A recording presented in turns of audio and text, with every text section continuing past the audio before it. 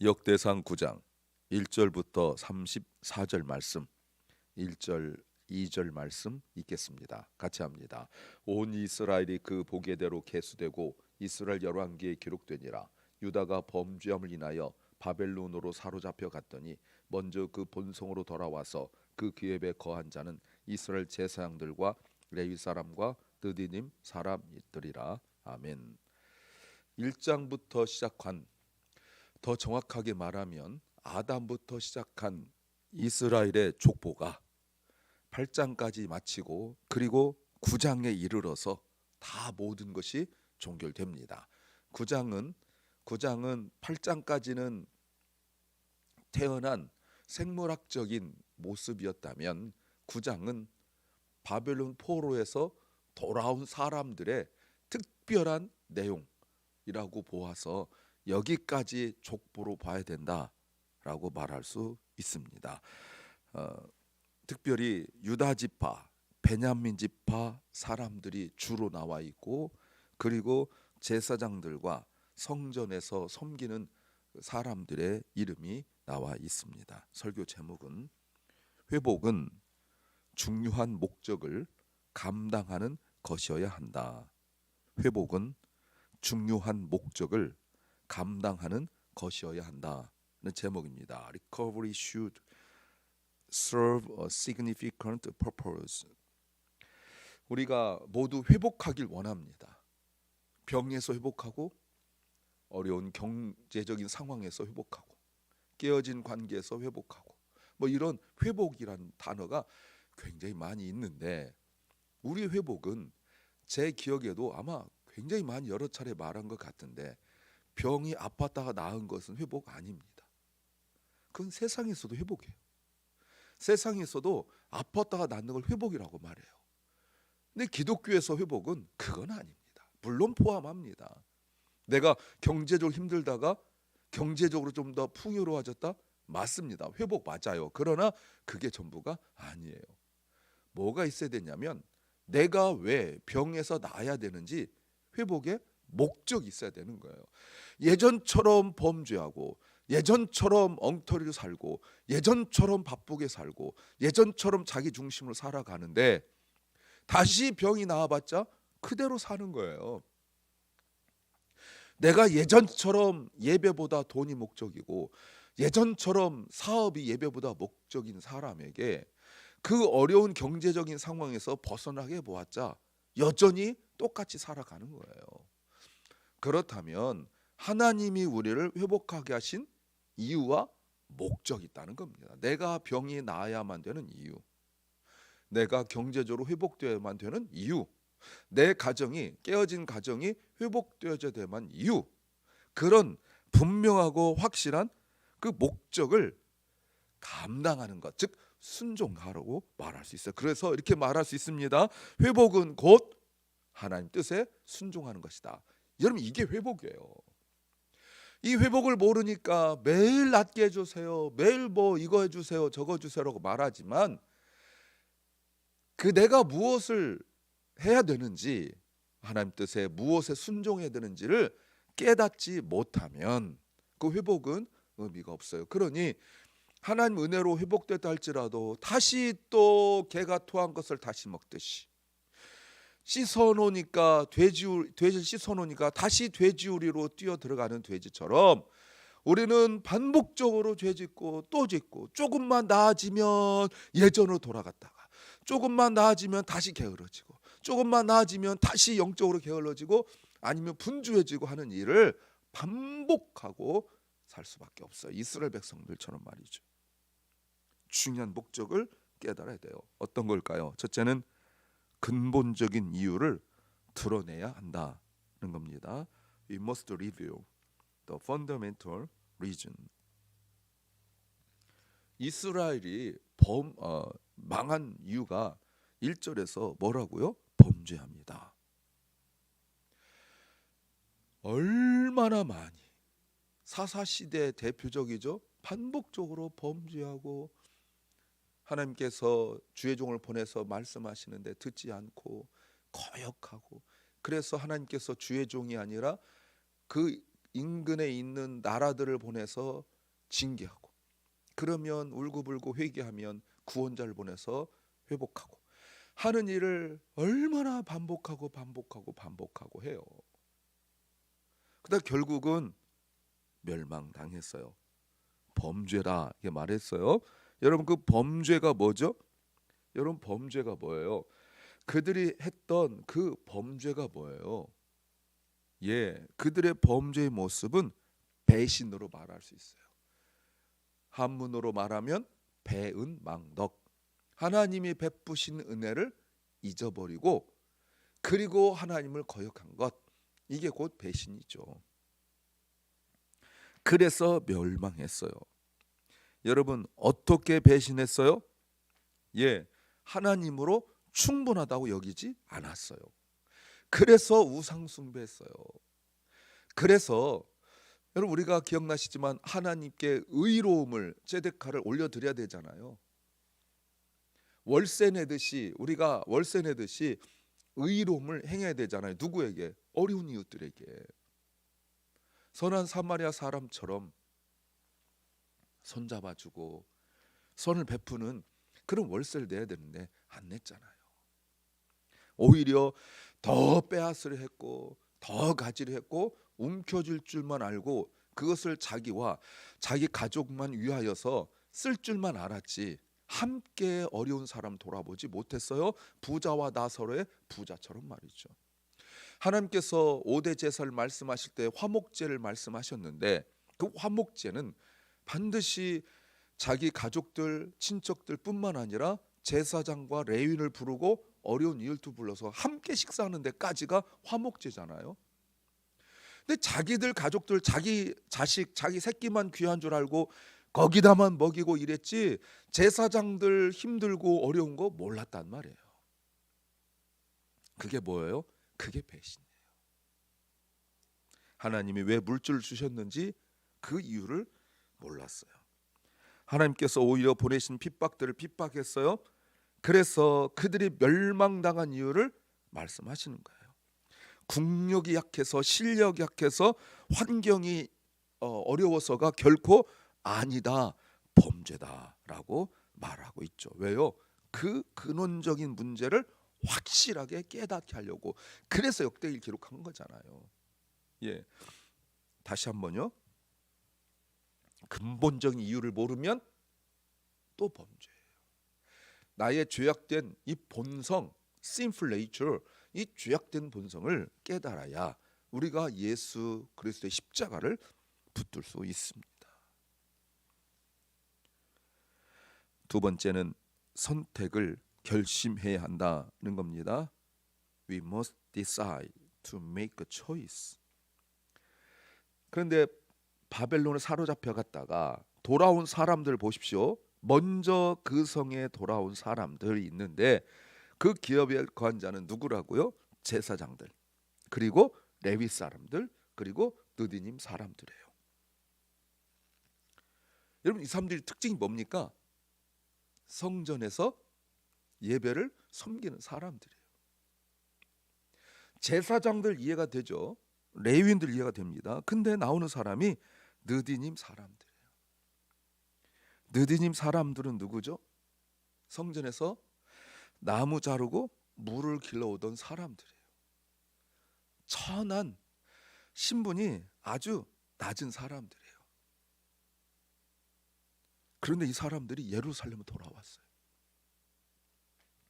안 돌아오면, 예루살렘으로 돌아오지 않으면 그들은 자유인으로 살 수 있는데, 예루살렘으로 돌아오면 다시 종, 노예, 천한 사람의 신분으로 되돌아가는 거예요. 그런데 예루살렘에 왔어요. 우리 지난번도 말씀드렸지만 모르드게, 그리고 에스더, 이런 사람들 안 왔습니다. 2차 때 에스라 왔어요. 3차 때 느헤미야 왔습니다. 느헤미야는 왕 옆에서 수중 들던 고위직이었었어요. 그냥 바로 총독으로 임명돼도 누구도 말하지 못할 정도 고위직이었습니다. 안 와요. 그런데 느디님 사람들이 왔어요. 오면 노예예요. 오면 천한이래요. 오면 무시당해요. 그런데 왔어요. 왜요? 예배 때문에. 그들은 예배를 선택했어요. 그들은 나의 신분보다, 나의 상황보다, 나의 환경과 형편보다 예배를 선택한 사람들이에요. 하나님을 섬기는 것이 너무 좋았기 때문에, 예배를 섬기는 것이 너무 좋았기 때문에, 성전 봉사하는 것이 너무 좋았기 때문에 선택했어요. 사람들이 함부로 하대하고 함부로 말하고 무시하고, 야 나무가 좋아, 야 물가 좋아, 반말하고, 그 좋은 옷 입을 수 있습니까? 나무 패고 나무 자르고 물 길러 오는데 좋은 양복 입을 수 있습니까? 아니요. 제사장들은 멋있는 옷 입는데, 레위인들은 멋있는 옷 입는데 이들은 못 입어요. 그런데 예배에 감격과 감동이 있었어요.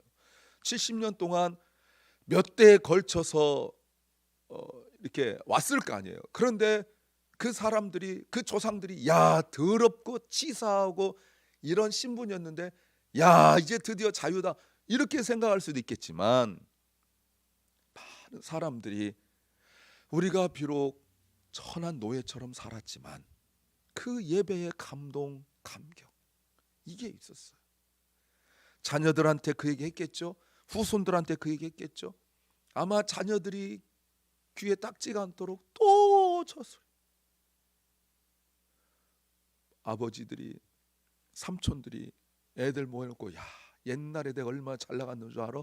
이런 뻥치는 소리 하지 않고, 야 그때 정말 예배 감격이 있었는데, 예배 감격을 이야기하고 얘기하니까 또 저 소리, 또 저 소리, 또 저 소리 이러지 않고, 야 나도 저 예배 은혜 감격을 누리고 싶다, 이런 생각 들었던 거 아니에요. 제사장들이 오고 레위인 오는 거는 충분히 이해가 돼요. 선택받은 사람들이니까. 근데 르드님 사람들이 왔어요.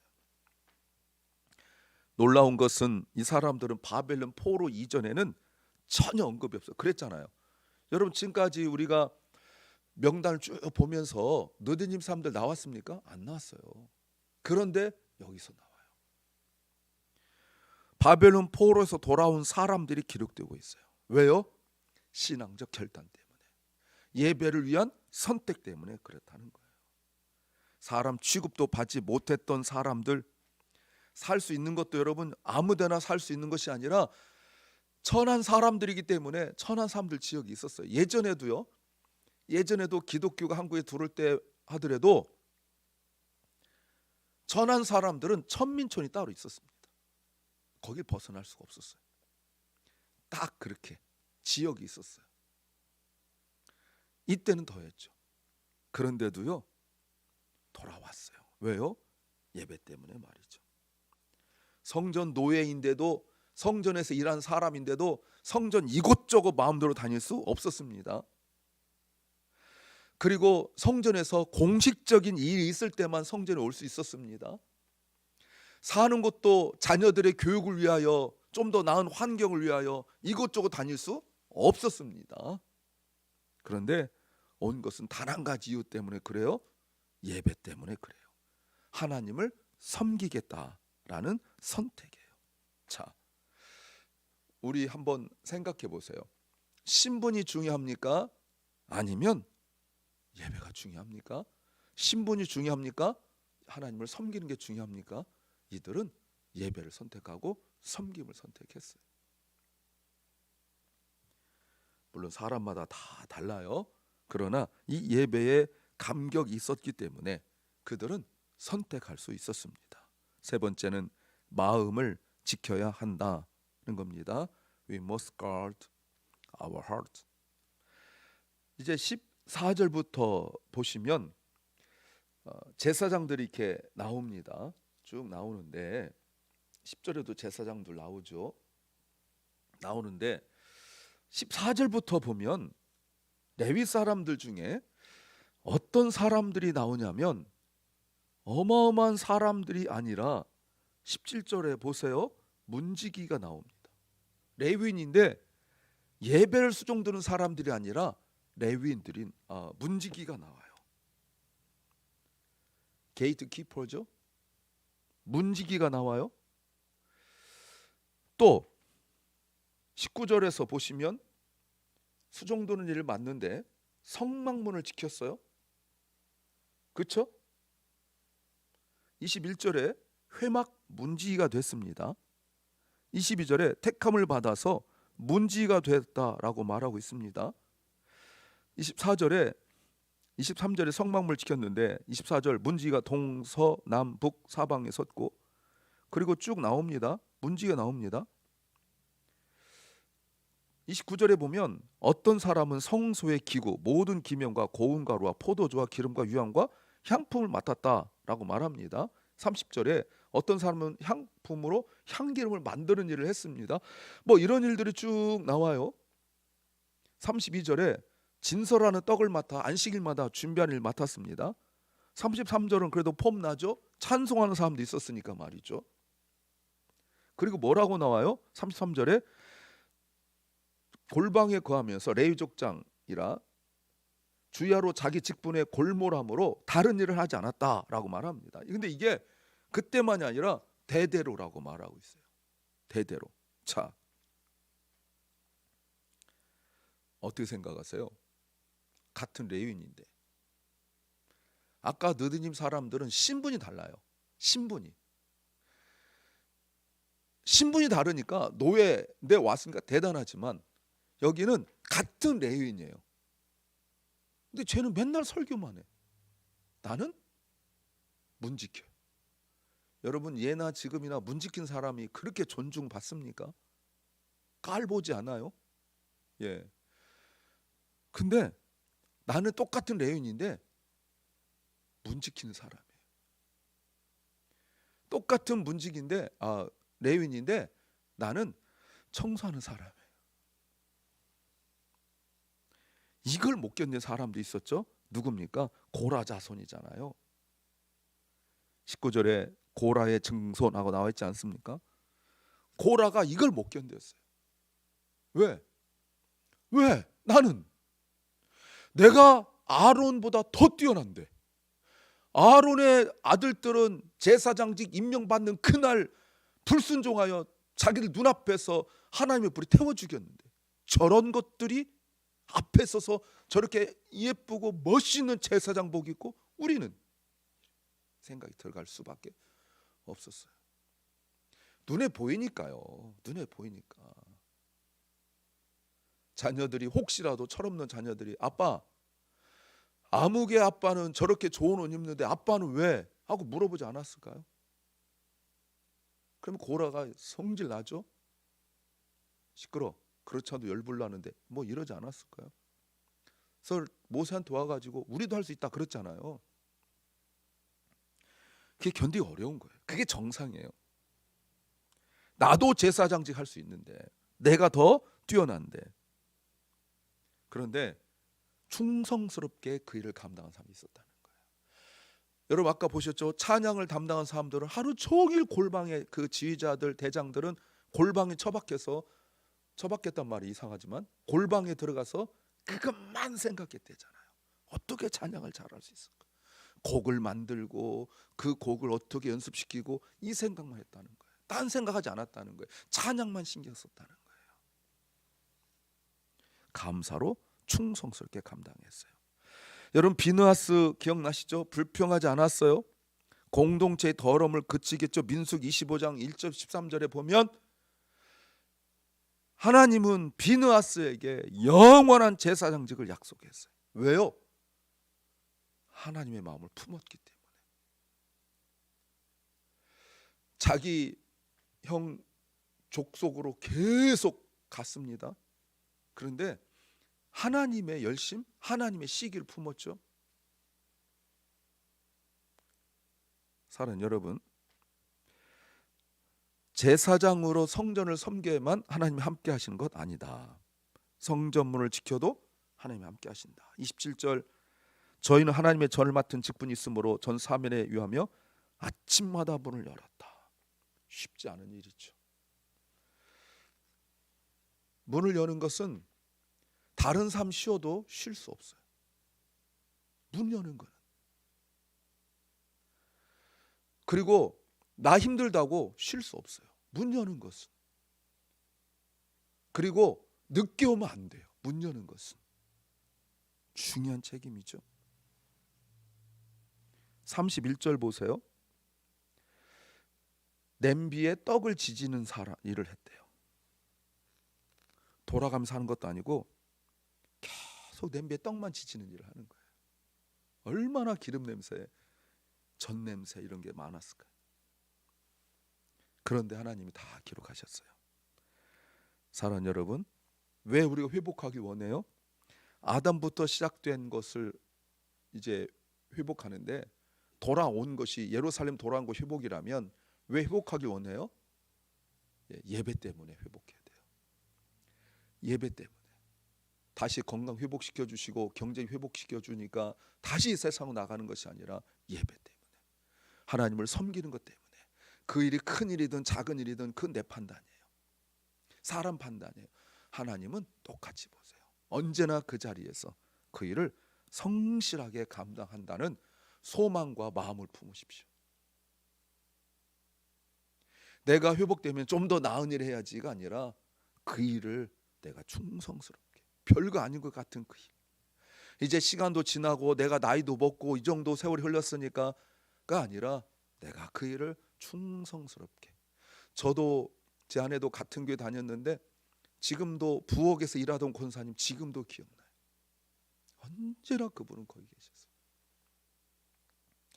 뭐 찬양대도 물론 생각나고 해요. 그러나 잘 생각 안 나요. 언제나 부엌은 거기. 그분 언제나. 뭐 여전도에서 누가 아무리 뭐 장로님들이 거기 담당이 해도 언제나 그 권사님 기억나잖아요.